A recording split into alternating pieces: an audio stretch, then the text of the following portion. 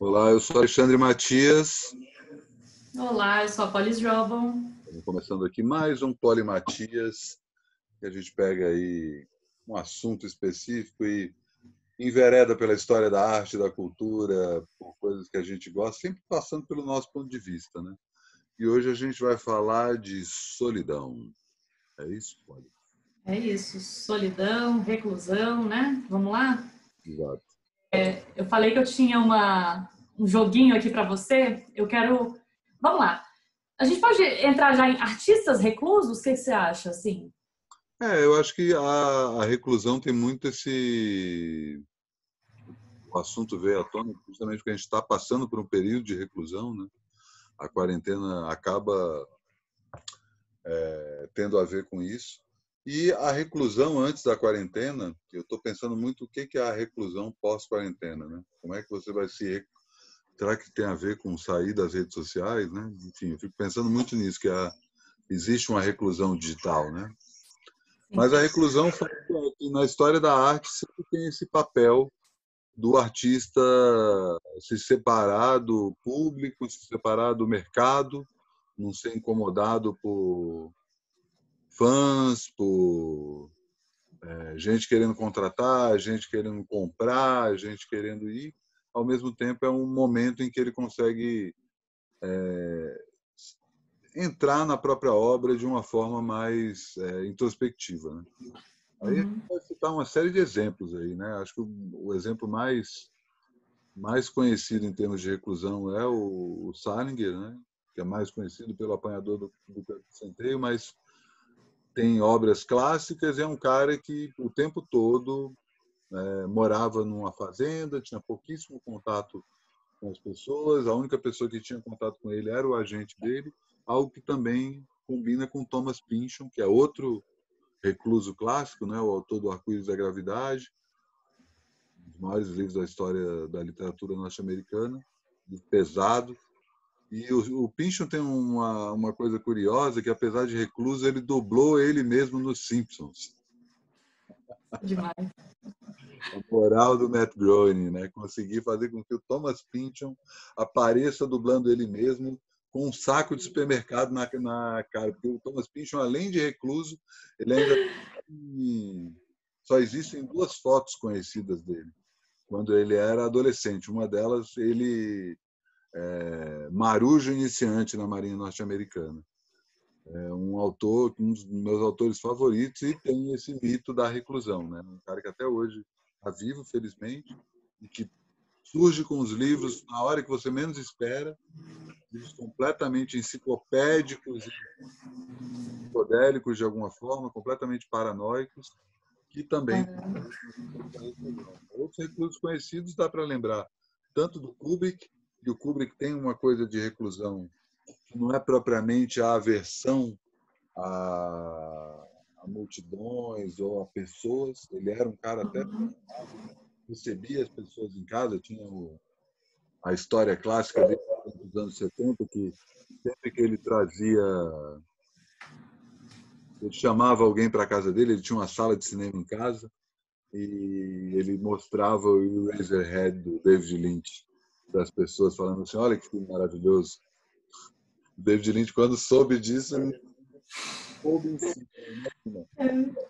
E o outro de recluso também bem conhecido, né, por sua reclusão, e aí tem um aspecto um pouco mais espinhoso, é o Rubem Fonseca, que morreu esse ano, um dos maiores nomes da literatura brasileira, conhecido por não dar entrevista. Acabei de me ocorrer outro recluso clássico, Dalton Trevisan, o nosso amigo Giancarlo Rufato, inclusive, tinha a história que ele trabalhou um tempo na biblioteca em Curitiba, e o Dalton ia às escondidas pegar livro e tal, e todo mundo sabia que era o Dalton e ficava ali meio que tipo, ali é o Dalton Trevisan. E tem um dia que alguém Demais. vira e fala: estamos juntos, o maior escritor paranaense ou curitibano, sei lá. O cara sai de cima, nunca mais volta. Depois dessa, né? Mas o Rubem Fonseca, Conhecia essa história, não. eu não conhecia, ele já contou algumas vezes ali no Twitter. E o Rubem Fonseca tem uma história um pouco mais espinhosa, que ele surge como autor na virada dos anos 50 para os anos 60, e há documentos que provam que ele foi ajudado por pessoas que estiveram por dentro do golpe militar de 64. Então, o sucesso do Rubem Fonseca está intimamente ligado a um novo regime militar a partir dos anos 60 e fazendo com que ele conseguisse ter uma certa proeminência, um certo destaque, coisa que ele talvez não tivesse caso ele não tivesse as suas conexões com os militares e com empresários civis, né? Porque a gente sempre fala de ditadura militar, mas não custa lembrar que era uma ditadura civil-militar. Atualmente, no presidente eleito democraticamente, tem mais militar no poder do que em todos os anos da ditadura militar. E justamente por conta dessa conexão estranha aí no começo da carreira dele, né? Embora muito não se, as pessoas não costumam falar disso, esse é o motivo do Rubem Fonseca ter escolhido a reclusão, para não ter que lidar com pessoas perguntando sobre o papel da ditadura no sucesso dele no início da carreira. Então foi bom que você apresentou esses artistas, porque o meu jogo é bem assim, eu tô bem Bruno Aleixo, né? Inventei um jogo. Se fosse um BuzzFeed, que artista recluso é você, mas aí primeiro eu quero propor umas categorias e ver se você acha que existe mais de uma categoria. Você concorda que tem o recluso por causa da obra, né? Então, eu lancei a obra, eu fiz e fiquei recluso, né, por ela e resolvi me esconder. Ou o contrário, o cara que já é assim, inclusive faz a obra porque é esse cara solitário e recluso. Eu não consegui imaginar uma outra categoria, né? Então, acho que Eu acho que, no geral, eu acho que o cara que é recluso por causa da obra, eu acho que isso não existe. Você acha? Eu acho que o cara normalmente é recluso. Assim, no caso do Kubrick, por exemplo, ele não era propriamente um cara antissocial, mas a natureza do Kubrick é a fotografia, né? Ele começa fotografando. Então, ele sempre se vê como uma pessoa à parte da cena. Então, a qualidade pessoal dele fazia com que ele se visse longe do burburinho. Ele está querendo ver o que ele está fazendo, mas ele não precisa estar envolvido naquilo. Você acha que então é uma coisa que já vem mesmo, né? É mais assim, por mais que alguém apareça por um tempo, por exemplo, minha artista reclusa, tem algumas, mas vamos lá, vamos em Greta Garbo, que eu tenho um profundo fascínio pela Greta Garbo. E, bom, ela vem de uma família pobre, né? Ela precisou trabalhar e tal, trabalhava em loja. A vida artística dela vem daí, porque acho que ela trabalhava em lojas de roupas e tudo, e começou a fazer pequenos comerciais, e daí acho que ela foi se aperfeiçoando, conheceu o diretor e tal, foi quando deslanchou, foi de Estocolmo para os Estados Unidos. Quer dizer, você tem razão, porque assim, ela nunca foi mesmo de entrevista, autógrafo. Ela sempre já foi muito assim mesmo, fechadona. Mas depois do extremo, né? Aí depois, acho que aos 36 anos, quando ela para mesmo de trabalhar, se fecha em Nova York por 25 anos no apartamento dela até morrer. Então, eu colocaria a Greta Garbo talvez nessa assim, ela era aberta e a obra fechou, mas se você falar assim, se pensar bem, acho que a pessoa nasce reclusa, então. Eu acho que a pessoa, na verdade, não nasce reclusa, né? Eu acho que é uma personalidade introspectiva. Sim. E aí não é só a questão da introspecção, é justamente como eu estava comentando no começo do programa. Eu acho que é uma propensão à solidão, ou melhor dizendo, não se incomodar com a solidão. Sabe? Eu acho que tem isso, assim, sabe? Eu acho que justamente esse momento que a gente está atravessando, ele questiona bastante isso. Assim, quem está ficando sozinho em casa está o tempo todo se questionando, tipo, eu me suporto, né? Eu consigo me aguentar. E eu acho que o recluso é um cara que se aguenta. Um cara que já tem essa natureza mais introspectiva, ele está dentro dele mesmo. E aí você vai pegar, por exemplo, voltando aí para o Kubrick, desse que eu citei, é o que eu mais tenho familiaridade. Também são pessoas muito estudiosas, né? São pessoas que são muito afundam em determinados assuntos. O próprio Pynchon, sempre que ele vai escrever um livro, ele, sabe, você vê ali, num dado momento, o cara está falando da história dos Estados Unidos no século XVI e em uma outra hora ele está descrevendo armas do começo da Guerra Civil. Sabe? Ele está o tempo todo, você vê que, como o próprio Kubrick, né? O Kubrick também tinha essa coisa de estudar bastante. E o grande lance do Kubrick em relação à reclusão é que ele preferia fazer as coisas com mais tempo e trabalhando com poucas pessoas. Ele tinha essa coisa meio como regra. Então, não é que ele não gostasse de estar com muita gente, é que ele preferia trabalhar com poucas pessoas. É que, né, tudo a ver com essa característica. Você me falando, me ocorreu aqui, pensando. Bom, eu vou elaborar melhor a ideia, daqui a pouco eu venho com ela. Mas é muito curioso, a gente, né, talvez não vai entrar muito em obras, embora eu tenha trazido uma obra para falar hoje, mas você falando do Kubrick, me vem a ideia assim, o Iluminado não é muito isso, assim, falar, tive uma ideia perfeita, vou para um lugar que ninguém vai me incomodar. Né? Enfim, Não, e o Kubrick, como autor, ele o tempo todo coloca o indivíduo como principal personagem. Você vai pegar a temática do Kubrick, talvez seja essa, né? O indivíduo encarando o todo seja o Estado, o todo seja o sobrenatural, apartamento. a guerra, enfim.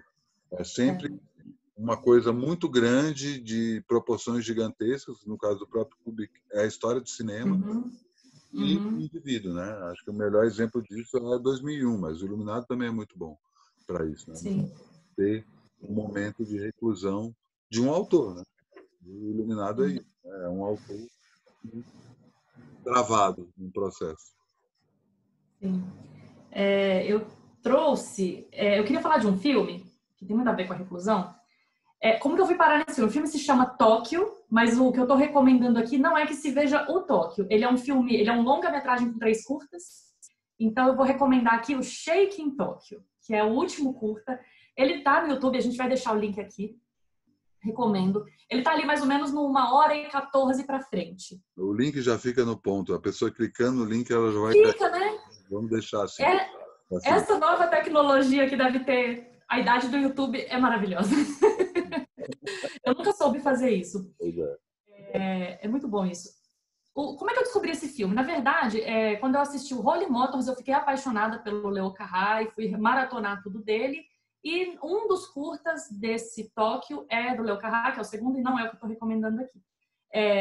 O Shaking Tóquio é de ninguém menos que o diretor do Parasita, Bong Joon-ho, não sei se falei certo, e tem tudo a ver com reclusão, porque ele fala de um fenômeno, vou chamar de fenômeno social, depois eu quero fazer uma correção aqui. Ele fala de um fenômeno social que acontece no Japão, chamado hikikomori, que são pessoas que decidem viver sozinhas e isoladas. Eu tô falando que eu vou fazer uma correção, e eu já vou fazer agora, porque depois eu fui estudar, Matias, e dizem que, claro, né, a gente imagina isso, na verdade é tratado sim como uma patologia, uma doença, né, é uma condição de saúde. Mas, assim, eu acho que o próprio japonês vê muito isso como um fenômeno social e esse é o centro desse curta. O governo japonês, eu também estava lendo sobre isso, hoje tem mais de 1 milhão de japoneses, hoje 2019, né, então 2020 agora, então... Tinha mais de 1 milhão de japoneses que decidiram pelo hikikomori. E o governo considera que você é um hikikomori a partir de 6 meses de reclusão. O tempo médio deles é de 7 anos. Mas o que é essa reclusão? É morar sozinho, pura e simplesmente, ou vai além disso? Vai bem além. Assim, a pessoa não vê ninguém mesmo, é zero contato com o mundo. Essas pessoas não trabalham. E esse curta começa assim, é um hikikomori, ele falando, exatamente explicando o que é. Então eu vou entregar o mínimo que eu puder do curta, mas ele vai falando que inclusive são pessoas que geralmente são sustentadas pelos pais, e aí mostra ele recebendo um envelope mensal do pai com dinheiro, ele diz até que o pai no início mandava carta, ele nunca respondeu, o pai desistiu, né? E uma cena muito interessante para esse momento também, que é a cena inicial do filme, é a cena do papel higiênico. O estoque de papel higiênico que ele tem e aquela parte, o miolo de papelão, ele empilha. Então, mostra a pilha dele. E, na verdade, ele empilha tudo na casa. Ele tem todas as pizzas, ele está recluso, acho que nesse filme, há uns 11 anos. Então, ele tem todas as pizzas que ele pediu, estão empilhadas lá, as caixas e tal. E para ele isso é uma forma de arte. Então, o filme, o que acontece? Vou entregar só até aqui, que é aquele momento que tudo desaba, né? Ele tem um telefone, é o contato dele, né? Ainda não tinha internet e tal. Ele tem um telefone e ele não olha nem para os entregadores de pizza. Tem uma entregadora. Ela é bem, vamos dizer, estilosa e ela usa uns shortinhos com um pedaço de cinta liga, então ele sempre olha só para lá. E é isso que na hora que ele vai receber uma pizza acontece um terremoto. Então, você pode imaginar todo tipo de confusão a partir daí. Desde a entregadora desmaia, ele fica desesperado com uma mulher desmaiada na casa dele, na porta. E daí vai. Então tá recomendadíssimo, assim. É engraçado porque ele mexeu muito comigo, nunca me esqueci desse... E tem cenas surpreendentes depois disso que tem muito reflexo no que a gente está vivendo agora, assim. Então, espero que quem veja vá lá, volte e comente aqui que eu preciso dessa interação. O filme do Léo Carrá não tem nada a ver com isso, não tem nada a ver com solidão. Não, a ligação deles é muito com Tóquio. Eu acho que o que liga o fio, assim, do filme é Tóquio mesmo. Léo Carrá, e tem mais um outro? São três filmes? Tem mais um outro. Tem um primeiro filme que eu não vou me lembrar o diretor agora, mas que eu também recomendo muito que se veja, porque, até do ponto de vista do espaço no Japão, é muito bom também. Eu vou dar a trama. É um casal de japoneses que recebe um hóspede. É óbvio que o apartamento é desse tamanho, né? Tipo, 10 metros quadrados, e ele tem muita tomada de cima da planta. Você vê muita coisa de cima do apartamento, o caos. Aí você vê 3 pessoas ali lidando, é bem legal também. Legal. Essa coisa de morar só e escolher ser recluso, eu acho que tende a... Primeiro que já é uma qualidade da nossa época, né? A quantidade de pessoas que mora só é muito grande, principalmente pessoas idosas que chegam uma hora que se cansam e vou morar sozinho mesmo e fico aqui, paciência. Mas tem 2 aspectos aí, né, que eu percebo, e aí você citando esse filme do Bong Joon, a coisa do acumulador, né? Sim. Ou o cara acumula tudo, ou o cara não acumula nada, né? Ou é o Mary Kondo completo disso. E acho que cada vez mais a gente vai ver esse tipo de coisa, né? Principalmente porque hoje em dia a gente vive numa sociedade que já naturalizou o divórcio, né? Não custa lembrar que o divórcio no Brasil foi oficializado, virou lei em 77, então uma coisa menos de 50 anos. As pessoas já estão casando e se separando e se casando de novo. Isso não é mais um tabu, né? Eu lembro, sei lá, quando eu cresci, eu sabia quem eram os filhos de pais separados da minha turma. Uma geração depois, todo mundo era filho de pais separados. Sim. E você lembra que tinha a expressão desquitada, né? Que era o desquite. Então você tinha assim, a figura. Minha mãe foi essa, né? Então a figura da mulher desquitada é um negócio, né? E isso é o que você bem disse. Uma geração depois. Completamente normalizado. E eu acho que a gente vai ver essa normalização da solidão. Sabe? Isso já está acontecendo e eu acho que esse período de quarentena muita gente vai optar pela solidão a partir do que está acontecendo. Não sei se propriamente pela reclusão, mas esse momento poder estar sozinho, sem nem ser incomodado com alguém, nem incomodar outra pessoa. Existe muito o estigma da solidão, né? Mas na verdade quem fica sozinho um pouquinho ou um tempo na vida, na verdade descobre um mundo que depois é muito difícil sair dele, né? E aí tem aquela coisa da solidão e da solitude, né? São 2 coisas que, apesar de parecidas, são diferentes. Assim, solidão necessariamente você não. A solidão parece que pesa mais o aspecto de que você não tem mais ninguém. É como se a sua própria personalidade não contasse, né? Enquanto a solitude é justo o contrário, né? A gente reforça aí a importância de estar só, né? Valorizar o momento de estar só, justamente porque trouxe aí um clipe de uma entrevista com o Tarkovsky que ele comenta sobre isso, né? Que ele fala da importância do Tarkovsky, o diretor russo, né? Cujos filmes falam bastante sobre isso, né? Da importância de estar só, do drama de estar só, do que acontece quando a gente está só, quando a gente percebe que está só, seja só indivíduo ou só como sociedade. E ele fala da importância dos jovens aprenderem a estar só. Não como antecipar uma tragédia, mas por estar bem consigo mesmo, não se chatear consigo mesmo. Isso é um desafio bem interessante para o tempo que a gente está vivendo. Tem a ver também com reclusão, mas não necessariamente é isso. E é você se tornar uma pessoa interessante o suficiente para você conviver bem consigo mesmo. E não achar que estar sozinho é uma derrota, é uma condição trágica, é o fim da picada, é o fim da sua vida social. Estar sozinho também quer dizer que você pode ter uma vida social, mas você é mais sozinho. É isso aí. E paradoxalmente, isso é, na verdade, isso é a busca da vida, né? Assim, e no momento que você descobre esse segredo que passa a ser isso, paradoxalmente é a hora que você se torna a pessoa mais interessante de todas e que todo mundo quer estar perto. Assim. Total. Então é uma baita busca. Assim. Um exercício, né? Usar a solidão como um gancho para não só aprender mais coisas, mas aprender mais coisas sobre você mesmo. Sim. Vamos encerrar esse programa assim, então, curtinho, mais curto. Excelente. E a gente fica agora com o trechinho dessa entrevista do Tarkovsky que eu separei. Certo? Nos vemos no próximo. Obrigado, Poli. Obrigado a todo mundo que está. Obrigada, pessoal. Até mais. Foi. Opa, quanto tempo?